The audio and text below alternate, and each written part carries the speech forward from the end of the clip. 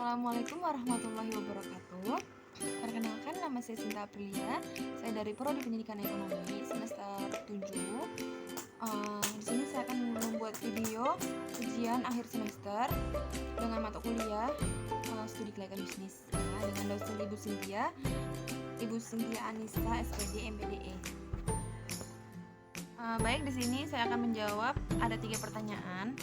Yang pertama, jadi mengapa sebelum melakukan kegiatan usaha itu kita perlu melakukan studi kelayakan bisnis terlebih dahulu? Baik, di sini saya akan menjelaskan. Jadi tujuan utama dari studi kelayakan bisnis yaitu bisnis untuk menilai peluang proyek bisnis, ya, apakah mampu proyek tersebut itu layak dilanjutkan atau tidak, ya. Jika memang proyek itu layak diteruskan, maka bisa ditentukan upaya yang perlu dilakukan untuk melindungi kita dari risiko kerugian. Jadi kita harus tahu gitu. Jadi kita harus melakukan upaya apa yang harus kita lakukan untuk sebelum melakukan kegiatan usaha gitu. Apa upayanya, ya kan, kayak gitu. Baik, di sini saya akan lanjutkan saja ya teman-teman. Jadi akhir-akhir ini kita tuh sering dengar atau sering melihat gitu ya, istilah mengenai industri kreatif, baik itu dari media cetak, media elektronik, televisi, sumber berita lainnya lah, pokoknya dari media-media lainnya ya. Kalian pasti dengar tuh industri kreatif. Jadi industri kreatif itu memiliki kaitan erat dengan bisnis atau usaha yang melibatkan pemikiran yang out of the box. Industri kreatif itu semakin gencar yang dijalankan oleh berbagai kalangan termasuk pemerintah Indonesia. Jadi industri kreatif itu mampu dianggap mendorong roda perekonomian, terutama itu UKM ya. UKM untuk negara sekaligus menjadi wadah berekspresi untuk banyak orang. Nah, untuk memahami apa itu jenis industri kreatif, baik, saya akan jelaskan ya. Jadi industri kreatif itu secara umum baik segala proses penciptaan, kreativitas, ide, dan gagasan dari seseorang atau kelompok yang kemudian dapat menghasilkan karya ataupun produk setelahnya.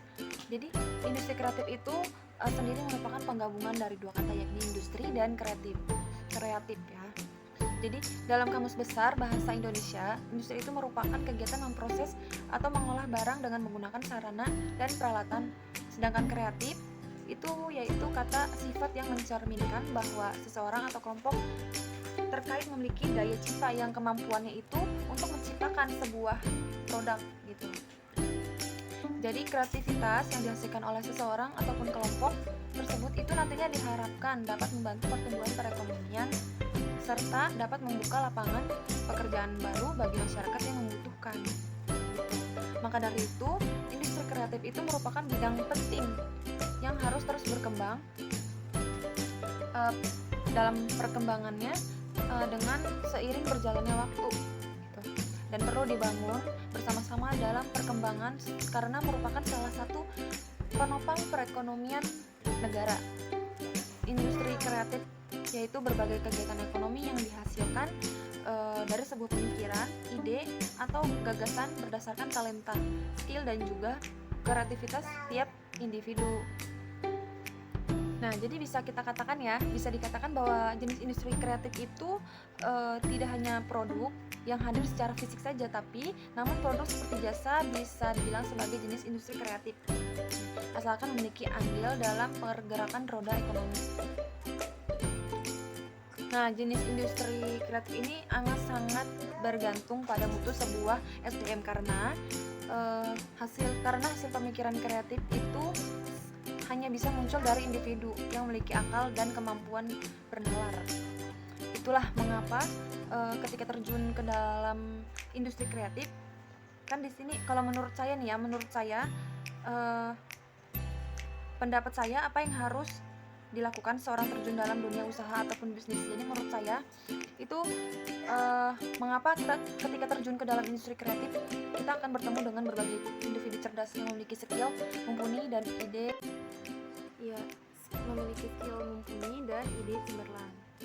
Karena berkaitan dengan kreativitas ini, sebuah industri kreatif itu harus selalu dituntut inovatif tanpa mengesampingkan fungsionalitas produknya gitu. Baik, itu saja yang bisa saya jelaskan. Kurang lebihnya mohon maaf.